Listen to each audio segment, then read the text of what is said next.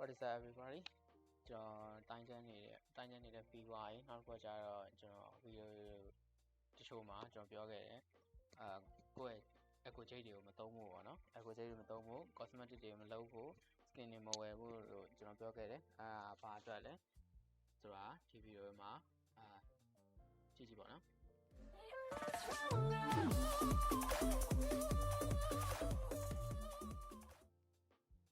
Okay ပထမဆုံး eco jade ဆိုတာဘာလဲမသိရဘူး eco jade ဆိုတာဘာလဲမသိရတဲ့အတွက်ကြောင့်ကျွန်တော် inventory ထဲမှာဒီကောင်လေးပါ eco jade ဒါ eco jade နော်စုထားဖို့ကျွန်တော်ပြောခဲ့တယ်အဲ့ဒါဘာမှသုံးလဲဆိုတော့ okay ဒါကတော့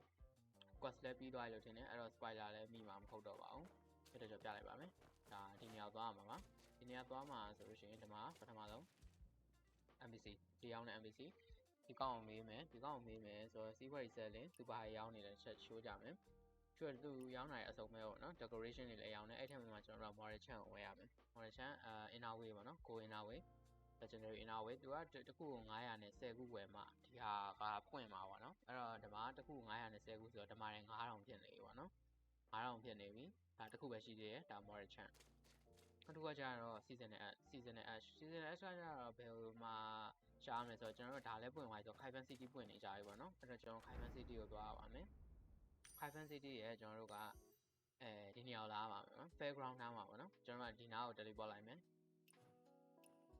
Okay ကျွန်တော်ဒီဖုရားကျောင်းရှိပေါ့နော်ဖုန်းကြီးကျောင်းရှိကိုရောက်လာပြီ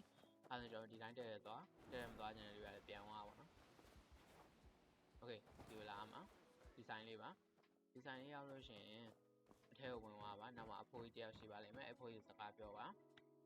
မတူတာတခုကဓမ္မသူရောင်းတဲ့ဟာကိုကျွန်တော်ကြည့်ဖို့မလိုဘူးအလဲဟာ Asbot special treasure take a look ကျွန်တော်ကြည့်ကြရအောင်ကြည့်ကြသူလည်းအတူတူပဲဈေးက legendary inner way ဆိုတဲ့အတွက်တခုကိုချိန်900နဲ့10ခုဝယ်မှ unlock ဖြစ်မှာအဲ့တော့ခုနက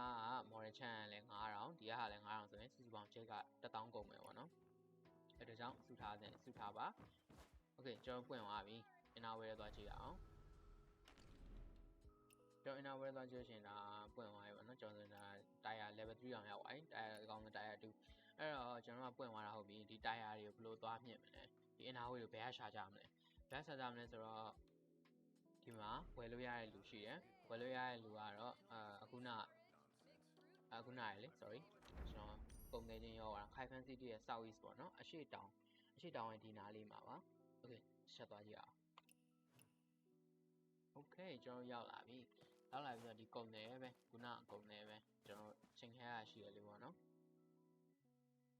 ထန်းလို့စကားတော့ပြောမယ်စီးဝါရီselling သူပါရောင်းနေတဲ့ချက်ရှိုးအောင်သူကဒီမှာအကုန်ရောင်းနေဗျာပတ်ပဲရအစားအကုန်ရောင်းနေတခုကို100ဒီကောင်လေးဆိုရင် January ဆိုရင်80နဲ့ရောင်းနေ10ခုအထိဝယ်လို့ရတယ်ဒီကောင်လည်းအဲ့လိုပဲဒီ legendary ကတခုကိုသွားကြတော့200နှုန်းနဲ့ရောင်းနေ10ခုစီအဲ့တော့ဓမ္မရင်ကျွန်တော်တို့ကခုနပွင့်ထားတဲ့ inner way ကို level 1နေစီတင်လိုက်လို့ရတယ်အဲ့တော့ဒီမှာ2000 4000ဟိုမှာ1000ကျွန်တော်တို့က tier 1 level 1စီနှစ်ခုလုံး level 1စီရောက်မယ်ဆိုရင်ကျွန်တော်တို့စုစုပေါင်း check က1000နဲ့4000လိုတယ်ပေါ့နော်ဒါတော့မှဒီ inner way နှစ်ခုအတွက်ပဲပြောထားသေးတာပေါ့နော်ကိုကတခြားတွေပါဝယ်မယ်ဆိုလို့ရှိရင်သူ့တက်မကကြနေအောင်ပါ Okay အဲ့ inner way ကဒါကတော့ကျွန်တော်စုကိုပြောထားချိန်နဲ့ရှာခိုင်းတာပေါ့နော်နောက်တစ်ဒီ inner way ကြောင့်ဘယ်လိုရှာမလဲဆိုတော့ကျွန်တော်ရှာလို့ရတဲ့နေရာတော့အများကြီးပဲပေါ့နော်ဒါကိုကျွန်တော် energy activity လို့ခေါ်လိုက်မယ် energy activity ကဒီ map ကိုသွားဒီ challenge ထဲမှာဒီ weapon ရတာနဲ့အတူတူပဲပေါ့နော် weapon ရတာဆိုတော့ဒီနှစ်ကောင်မပါဘူးဒီနှစ်ကောင်မှာ campaign မပါဘူးကျွန်တော်ကျန်တာတွေကအကုန်ရတယ် outpost ရတယ် hero rally ရတယ် sorcerer ရတယ် Okay ဒီမှာပါတဲ့ဟာဒီပုံးလေးပေါ့နော်ဒီပုံးလေးကနေကျွန်တော်တို့ရမှာဒါတွေဒီမှာအကုန်လုံးရတယ်ဒါတွေလှုပ်ချင်းအပြင်လည်း inner way စုလို့ရတယ်နောက်တစ်နည်းရှိတာကကျွန်တော်ဗီဒီယိုတစ်ပုဒ်တင်ထားပါတယ်ဗီဒီယိုတင်ထားရဲဆိုတာကဒီတစ်ပတ်တိုင်းဘာလို့တင်လဲဆိုပြီးတော့ဝယ်ထားအောင်ဖြစ်တယ်တင်ထားတဲ့ဗီဒီယိုလေးပေါ့နော်အဲ့ဗီဒီယိုထဲမှာဆိုလဲကျွန်တော်တို့သွားပြီးဝယ်လို့ရတယ်ကြည့်ပြီးလို့ရသိပါလိမ့်မယ်ဒီဘက်မှာအဲ့လိုမျိုး inner way ပုံးလေးတွေဝယ်လို့ရတယ်နောက်တစ်ခုကကျတော့ကျွန်တော်တို့ဒီလမ်းကြောင်းတစ်ခုရွေးပြီးသွားတဲ့လူပေါ့နော်ကျွန်တော်ဆိုလို့ရှိရင် best strike ကိုယူထားတာ best strike ယူထားတဲ့လူဖြစ်တဲ့အတွက်ကျွန်တော်ရဲ့လမ်းကြောင်း best strike ပုံမှာပဲရှိတယ် Okay အဲ့ဒါဘာကိုပြောရလဲဆိုတော့ကျွန်တော် tips exchange ပေါ့နော်ကျွန်တော်ကိုပြောပြမှာ ကျွန်တော်လမ်းကြောင်းတစ်ခုယူလိုက်ကျွန်တော်ဆိုဓမ္မကြည့်ပါအောင်ပုံပေါင်း600တောင်ဖောက်ပြီးသွားပြီဒီမှာဟာနဲ့ဆိုရင်ပုံပေါင်း100ထပ်ပေါင်းလိုက်လို့ရှိရင်ပုံတော်တော်များများကျွန်တော်ဖောက်ပြီးသွားပြီပေါ့နော်အဲ့တော့ဒီပုံဖောက်ဖို့အတွက် token ကဘယ်ရရလဲဆိုတော့ကျွန်တော်တို့ back ထဲကိုပြန်သွားပါ back ထဲကိုသွားလို့ရှိရင် develop ဆိုတာရှိတယ် sorting အရင်လုပ်လိုက်မယ် sorting လုပ်ပြီးသားလို့ရှိရင်ဒီမှာ tips recycle ဆိုတာအောက်မှာရှိတယ်အဲ့တော့ချက်နှိပ်လိုက်ပါနှိပ်လို့ရှိရင်ကိုမလိုတဲ့ဟာပေါ့နော်ကျွန်တော်တို့အကုန်လုံးပြောင်းကလင်းခါနေပါပြီကိုမလိုတဲ့ဟာကိုကိုမလိုတဲ့ဟာတက်ကိုလိုတဲ့ဟာပေါ့နော်ကျွန်တော်ဆိုရင်ဒီမှာကျွန်တော် best try 3ရက်လူဖြစ်တဲ့အတွက်ဒါတွေအကုန် load ချထားတယ်ကျွန်တော်အတွက်လိုအပ်တယ်အဲ့တော့ browser တွေလည်းကိုယ့်အတွက်လိုအပ်တာဒီလိုမျိုး load ချလိုက်ပါကိုသုံးမဲ့ဟာကို load ချပြီး add on နှိပ်လိုက်ကျွန်တော်ရှိမှာဒီမှာမရှိဘူးပေါ့နော် add on နှိပ်လိုက်ရင်ကိုအသုံးမလိုတဲ့ဟာတွေအကုန်လုံးကိုဒီမှာ recycle လုပ်လို့ရတယ် recycle လုပ်လိုက်လို့ရှိရင်ကျွန်တော်တို့ကဒီဒါလေးရလာမယ်ပေါ့နော် finish book place ဆိုတဲ့ဟာလေးရလာမယ်အဲ့ token နဲ့ကျွန်တော်တို့ကဒီမှာလာပြီးဝယ်လို့ရတယ်ကျွန်တော်အစမ်းဝယ်ပြမယ်ကျွန်တော်မှာ10ခုရှိတယ်တပုံးကို5ခုနဲ့ကျွန်တော်လောလောဆယ်2ပုံးဝယ်လို့ရတယ်ဘာသာရေးရှိမှာတော့ဒီအဝါရောင်ရွှေရောင်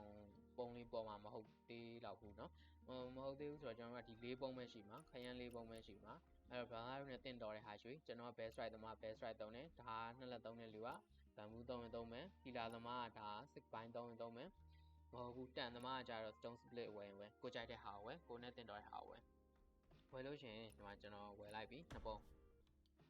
လာဖောက်တယ်โอเคကျွန်တော်လိုချင်တဲ့ဟာမကြအောင်ကျွန်တော်လိုချင်တဲ့မကြရင်ဘာလုပ်မလဲရှင်းရှင်းလေးပဲပေါ့ခုနကလည်းကျွန်တော်ပြောသလို recycle လုပ်လိုက်ပြန်ရတယ်ဆိုရင်အပြည့်တော့မရဘူးပေါ့နော်10ခုမှာ8ခုဆိုတော့2ခုတော့ရှုံးတယ်အဲ့တော့ဒီမှာပြန်ဝင်လို့ရတယ်အဲ့လိုပဲဒါပုံးကိုအမြဲဖောက်နေတာပေါ့နော်ကျွန်တော်ပုံးဖောက်ပြီးသွား600မကတော့ဖြစ်နေပါပြီโอเคဒါကတနည်းနောက်တနည်းရှိသေးတယ်နောက်တနည်းကျတော့ conversion ကတော့လေကိန်းသမားတွေနဲ့ဆိုင်နေဗျအခုလေကိန်းသမားရဲ့ကျွန်တော်လိုမျိုးပတ်တစ်ခုကို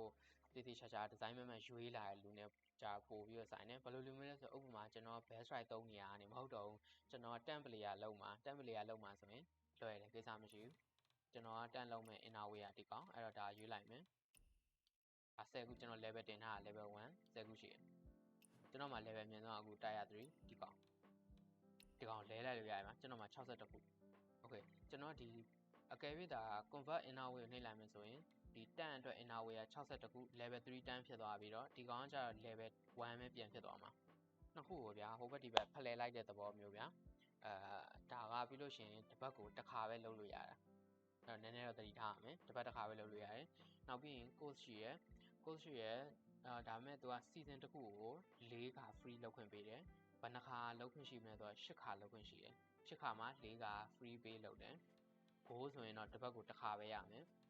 ဘိုးဆိုရင်တစ်ပတ်တစ်ခါနောက်ပြီးတော့ပတ်ပဲကကျတော့သူပေးထားတဲ့အတိုင်း season တစ်ခုကို8ခါလုံးလုပ်ခွင့်ရှိတယ်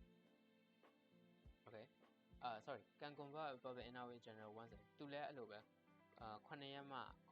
တစ်ခါပဲလုပ်ခွင့်ရှိမှာပေါ့နော်အဲ့တော့ကျွန်တော်တို့ကဒီလေကိန်းသမားတွေအတွက်ကဒါလေကိန်းသမားတွေနဲ့ပို့ဆိုင်နေပေါ့နော်တုံးကကျွန်တော်လိုမျိုး change နေတဲ့လူDPS damage သမားကနေပြီးတော့ damage သမားကနေပြီးတန်ပြောင်းမဲ့လူဥမာတန်နေhealer support စောမဲ့လူအဲ့လိုမျိုးလုံးဝအပီး change နေတဲ့လူဆိုလို့ရှိရင်ဒါတန်နေပေါ့နော်ဒီဇိုင်းမှသွားထားရလို့အခုကျွန်တော်ပြထားလို့ပဲ level 3ကနေ level 1 level 1နဲ့ level 3ချင်းကောက်ပြောင်းလိုက်လို့ရအနေထားမှာရှိရပါတော့။ Okay ဒါက inner way ပေါ့နော်။ Jake ကိုဘာကြောင့်စုထားရဲဆိုတဲ့ reason ကိုလည်းကျွန်တော်အခုပြောပြပြီးသွားပြီ။နောက်ပြီးရင်ကိုယ့်အတွက်လိုတဲ့ inner way ကိုလည်းဘယ်လိုရှာရမလဲဆိုတာလည်းကျွန်တော်ပြောပြပြီးသွားပြီ။အားလုံးပဲအဆင်ပြေကြမယ်လို့ပြောလင်ပါတယ်။အားလုံးbye byeပါ။